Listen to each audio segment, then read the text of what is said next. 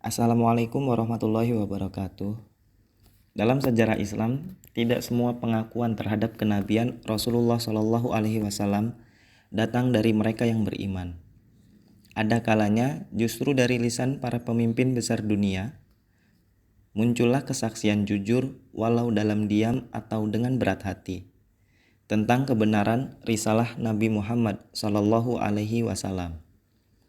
Salah satu momen paling menarik terjadi di istana Kaisar Romawi, Heraklius, saat ia berbicara langsung dengan Abu Sufyan, yang pada saat itu bahkan belum masuk Islam. Apa yang mereka bicarakan? Apa yang Heraklius simpulkan? Dan mengapa ia tidak serta-merta masuk Islam meski ia meyakini kerasulan Muhammad Sallallahu Alaihi Wasallam? Di hadis ke-7 Sahih Al-Bukhari, kita akan menyimak dialog langka dan dalam yang membuka mata kita bahwa kebenaran Islam dapat dikenali bahkan oleh musuh-musuhnya. Tapi tidak semua orang memiliki keberanian untuk menerimanya. Bersama penjelasan para ulama, khususnya dari kitab Fathul Bari, karya Ibnu Hajar Al-Asqalani, kita akan menelusuri dimensi historis, logis, dan spiritual dari kisah monumental ini. Kamu sedang menyaksikan Mr. Books, tempat kita mengenali warisan keilmuan Islam dengan pendekatan yang hangat, tenang, dan mudah dipahami. Bismillahirrahmanirrahim. Mari kita mulai kajiannya dengan hati terbuka dan pikiran yang jernih. Haddatsana Abul Yamani Al-Hakamu bnu Nafi'in qala akhbarana Syu'aibun 'aniz Zuhri qala akhbarani Ubaidullah bin Abdillah bin Utbah bin Mas'udin anna Abdullah bin Abbasin akhbarahu anna Aba Sufyan bin Harbin akhbarahu anna Hiraqla arsala ilaihi fi raqbin min Quraisyin wa kanu tijaron bisyami fil muddatil lati kana Rasulullah sallallahu alaihi wasallam madda fiha Aba Sufyana wa kuffaro Quraisyin fa'atauhu wa hum bi'iliya fada'ahum fi majlisihi wa haulahu udama urrum thumma da'ahum wa da'a bitarjumanihi faqala ayyukum aqrabu nasaban bihadha ar-rajulil ladzi yaz'umu annahu nabiyyun faqala Abu Sufyana faqultu ana aqrabuhum nasaban faqala adnuhu minni wa qarribu ashabahu faj'aluhum inda dhahri thumma qala litarjumanihi qul lahum inni sa'ilun hadha ar-rajul fa in kadzabani fakadzibuhu fa wallahi laula al-haya'u min an ya'thiru alayya kadziban lakadzabtu anhu summa kana awwala ma sa'alani anhu an qala kaifa nasabuhu fikum qultu huwa fina dzu nasabin qala fahal qala hadza al qawla minkum ahadun qattu qablahu qultu la qala fahal kana min abaihi min malikin qultu la qala fa ashrafu an-nasi yattabi'unahu am du'afa'uhum faqultu bal du'afa'uhum qala ayaziduna am yankusun qultu bal yaziduna qala fahal yartaddu ahadun minhum sakhtatan lidinihi ba'da an yadkhula fi qultu la qala fahal kuntum tattahimunahu bil kadhibi qabla an yakula ma qala qultu la qala fahal yaqdiru qultu la wa nahnu minhu fi muddatin la nadri ma huwa fa'ilun fiha qala walam tumkinni kalimatun udkhila fiha syai'an ghairu hadhil kalimah qala fahal qataltumuhu qultu na'am qala fa kaifa kana qitalukum iyyahu qultu al harbu bainana wa bainahu sijalun yanalu minna wa nanalu minhu qala madza ya'murukum qultu yaqulu ubudullaha wahdahu wa la tusyriku bihi syai'an watruku ma yaqulu aba'ukum wa ya'muruna bis sholati was-sidqi wal afafi was-silah faqala litarjumani qul lahu sa'altuka an nasabihi fadzakarta annahu fikum dzu nasabin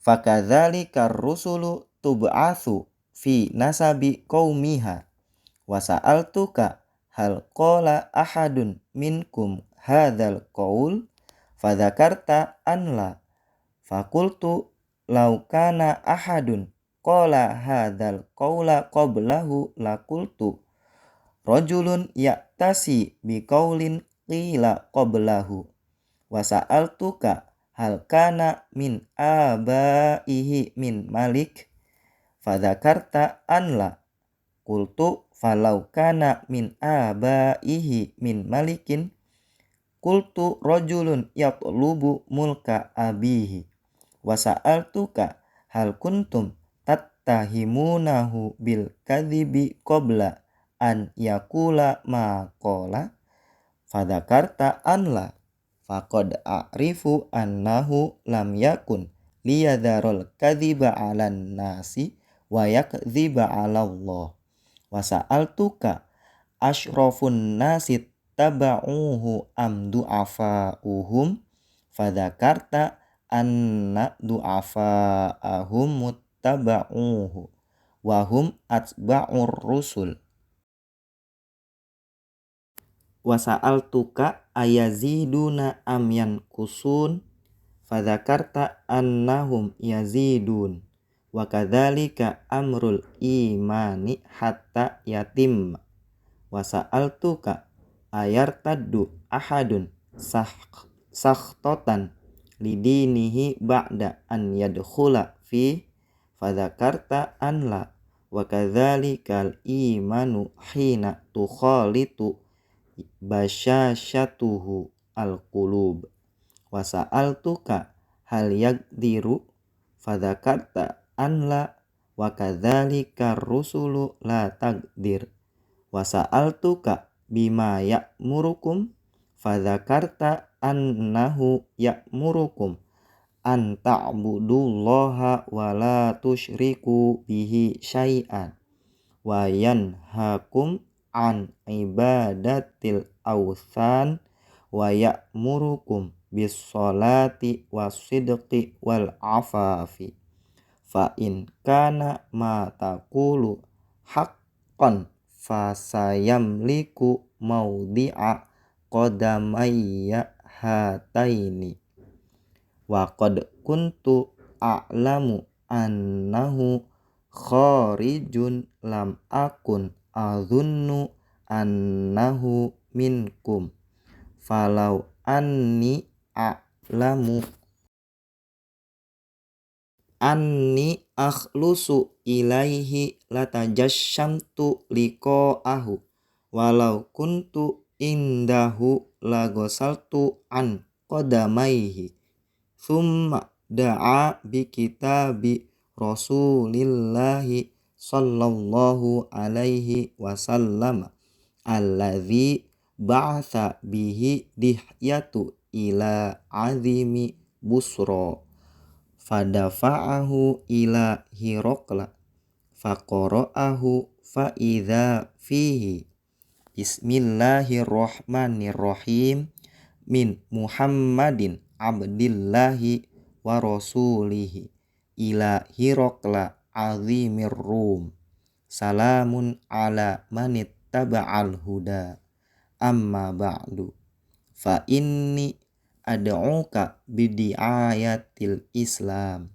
aslim taslam yu'tikallahu ajroka marrotaini fa in tawallaita fa inna alaika ithmal arisiyin wa ya ahlal kitabi ta'alau ila kalimatin sawa'im bainana wa bainakum alla na'buda illallaha wa la nusyrika bihi syai'a wa la yattakhidha ba'duna ba'do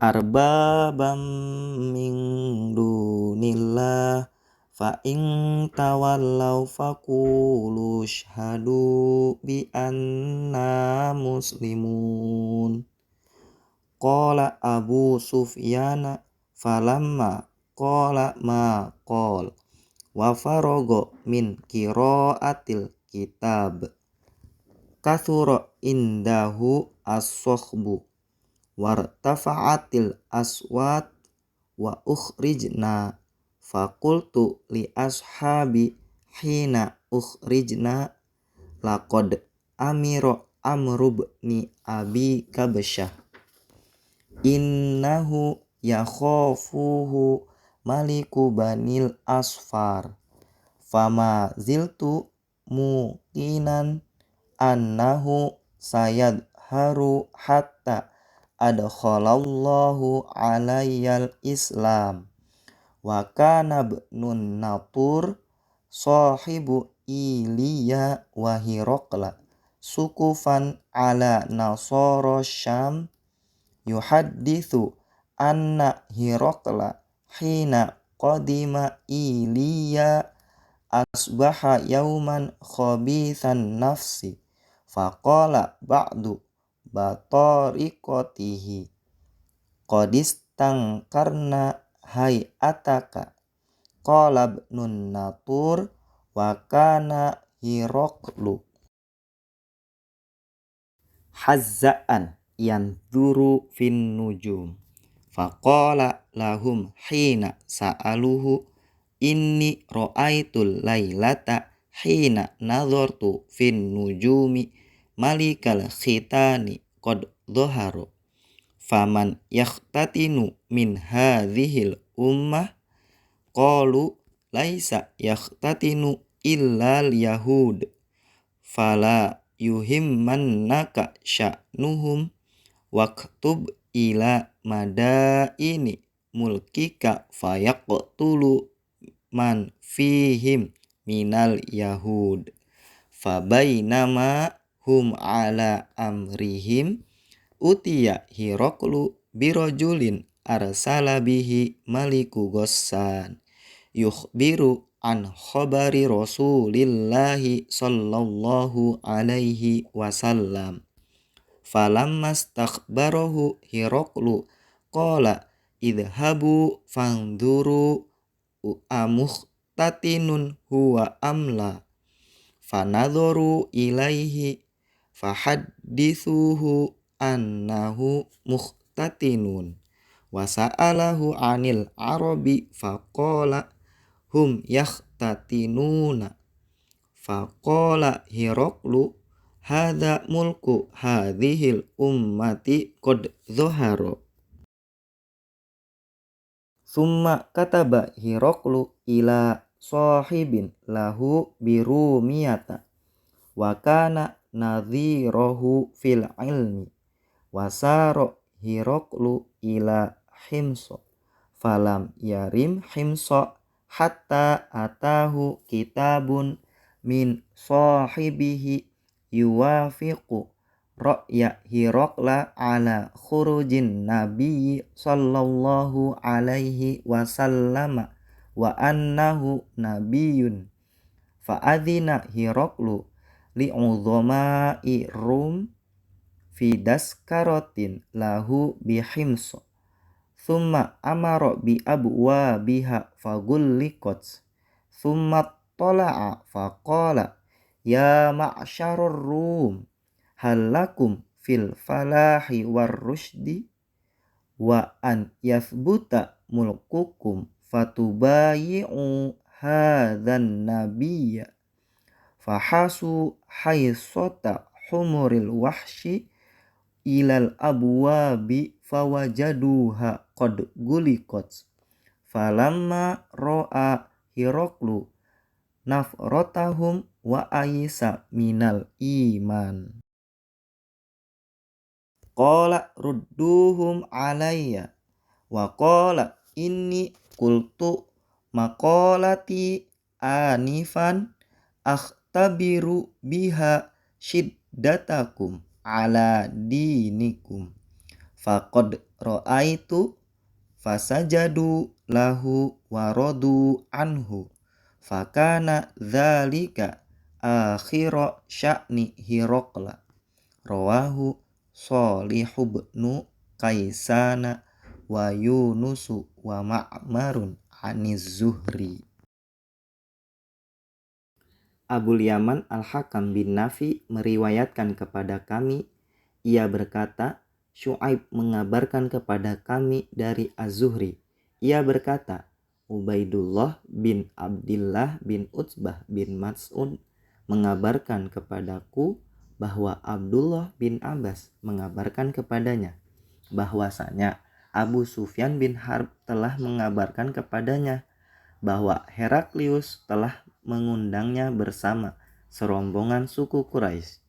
Mereka adalah para pedagang di negeri Syam.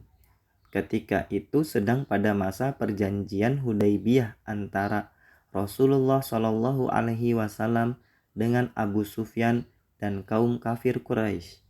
Lalu mereka pun menemuinya di Ilya.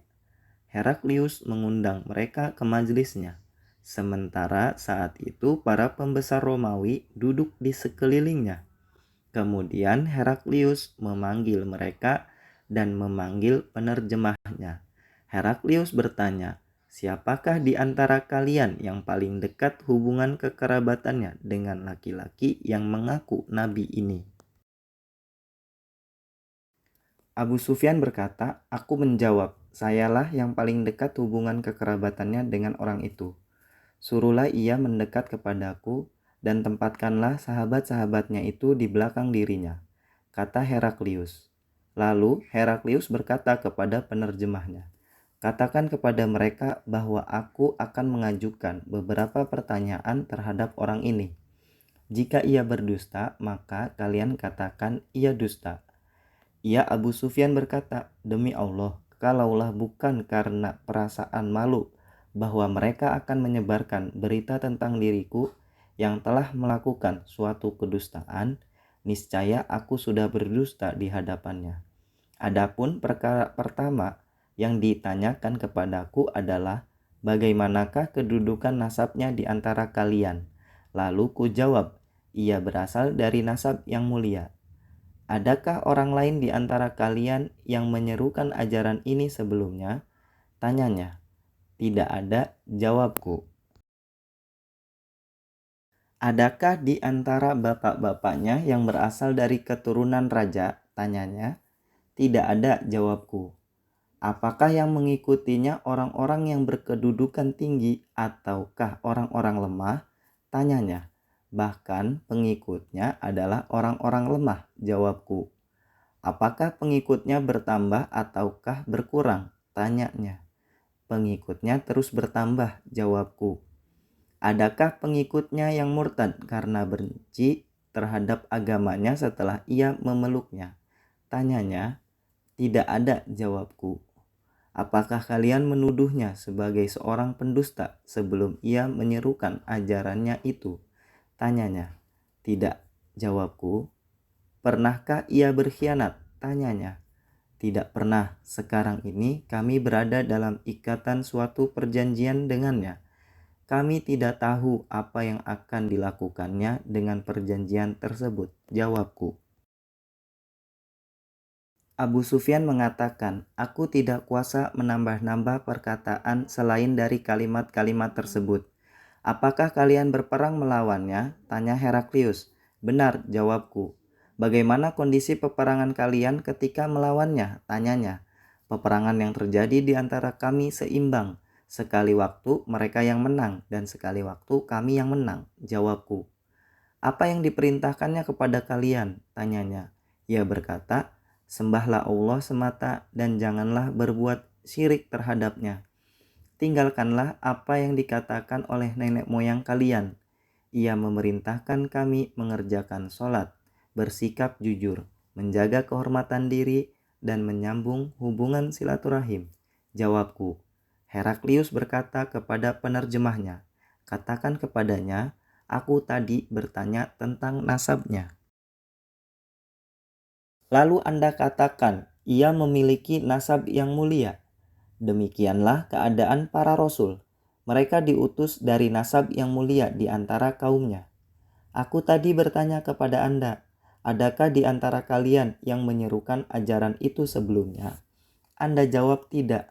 Sekiranya ada orang lain yang menyerukan ajaran ini sebelumnya, niscaya aku katakan ia hanyalah seorang yang mengikuti perkataan orang lain yang telah diserukan sebelumnya.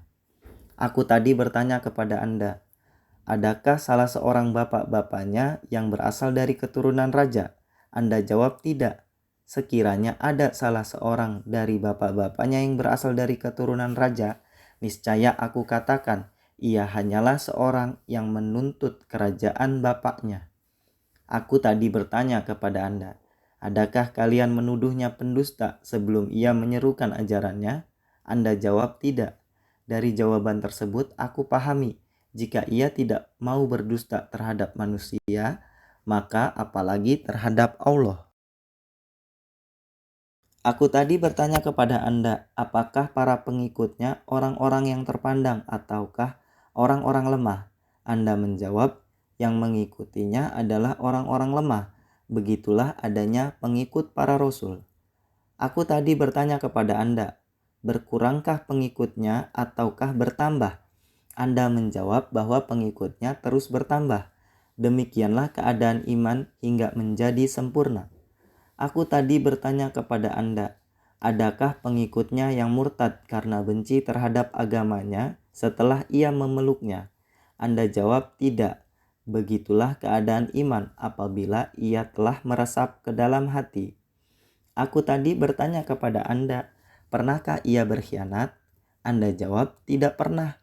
Demikianlah para rasul, mereka tidak berbuat khianat. Aku tadi bertanya kepada Anda tentang apa yang ia perintahkan. Anda menjawab bahwa dia memerintahkan kalian agar menyembah Allah semata dan tidak berbuat syirik terhadapnya, melarang dari penyembahan berhala, memerintahkan sholat, berlaku jujur, dan menjaga kehormatan diri. Jika benar apa yang Anda katakan tadi, niscaya Nabi itu akan menguasai hingga kerajaanku ini. Sebelumnya aku sudah mengetahui bahwa ia pasti muncul, namun tidak mengira jika ia akan berasal dari bangsa kalian.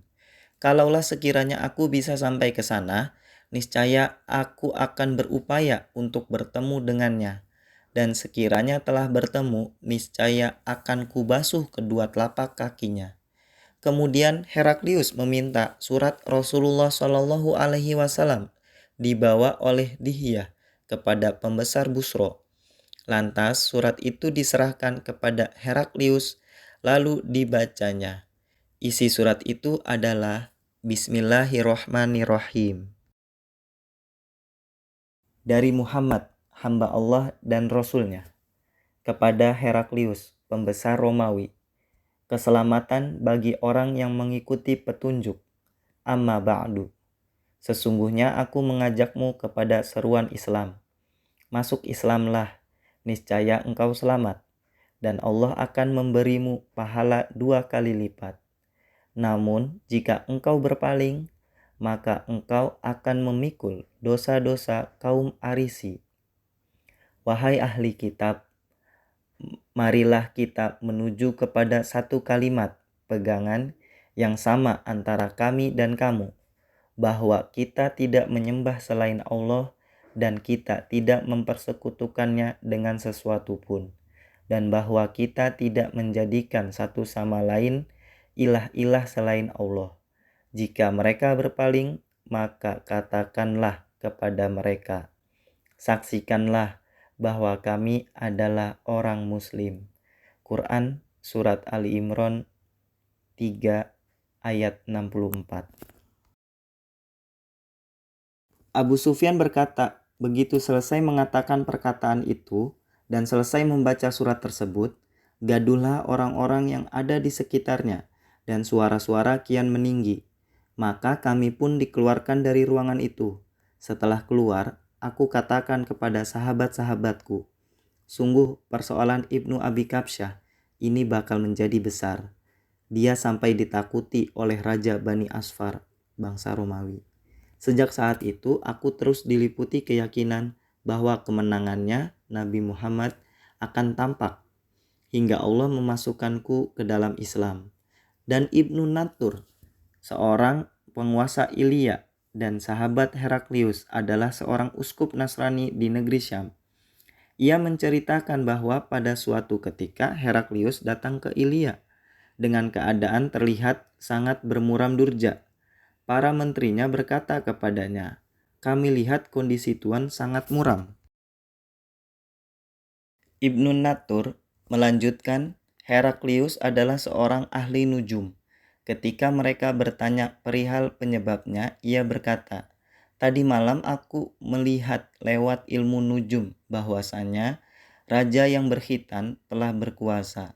Siapakah di antara bangsa-bangsa ini yang berkhitan?" Mereka menjawab, "Tidak ada yang berkhitan, melainkan bangsa Yahudi. Tetapi janganlah membuat Tuhan khawatir keadaan mereka itu. Tulislah perintah ke seluruh negeri di kerajaan Tuhan, agar mereka membunuh setiap orang Yahudi yang ada."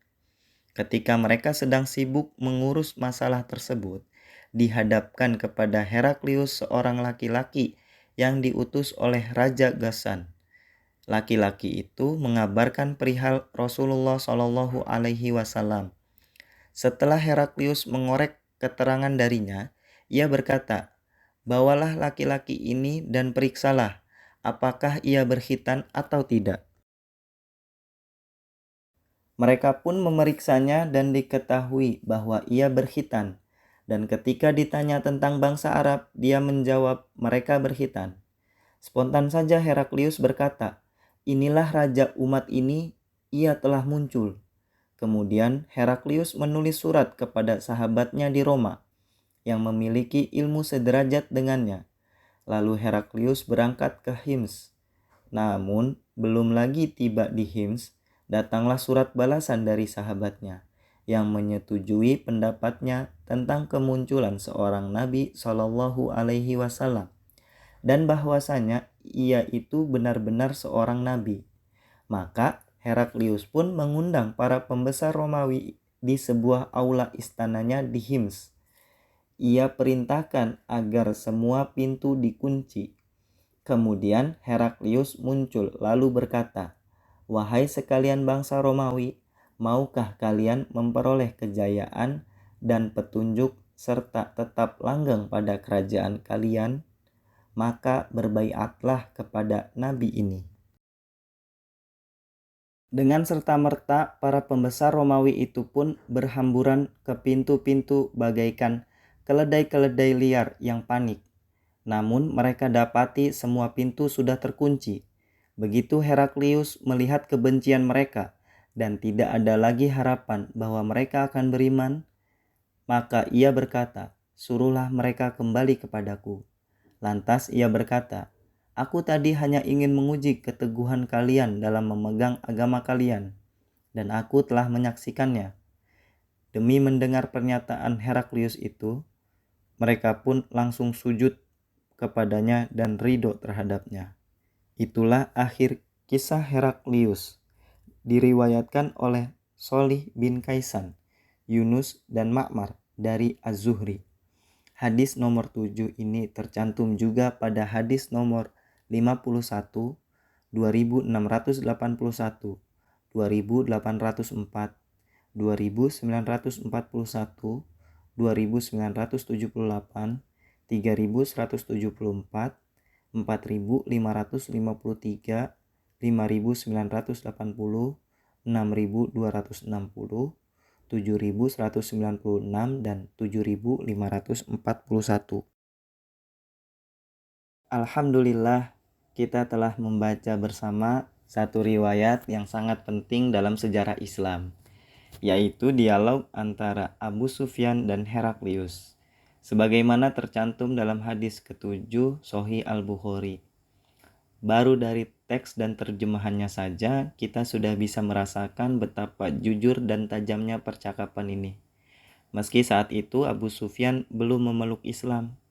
Di episode berikutnya, insya Allah kita akan menyelami makna di balik dialog ini bersama penjelasan ulama dari kitab Fathul Bari karya Ibnu Hajar al-Asqalani.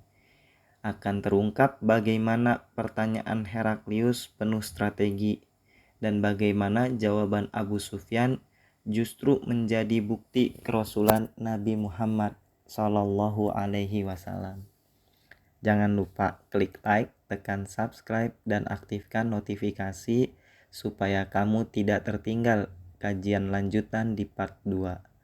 Dan jika kamu punya kesan atau pertanyaan dari bacaan hadis tadi, tuliskan di komentar, kita belajar bersama di sini. Sampai jumpa di episode selanjutnya di Mr. Book, tempat kita menyelami hasanah Islam klasik dengan bahasa yang tenang dan mudah dipahami. Wassalamualaikum warahmatullahi wabarakatuh.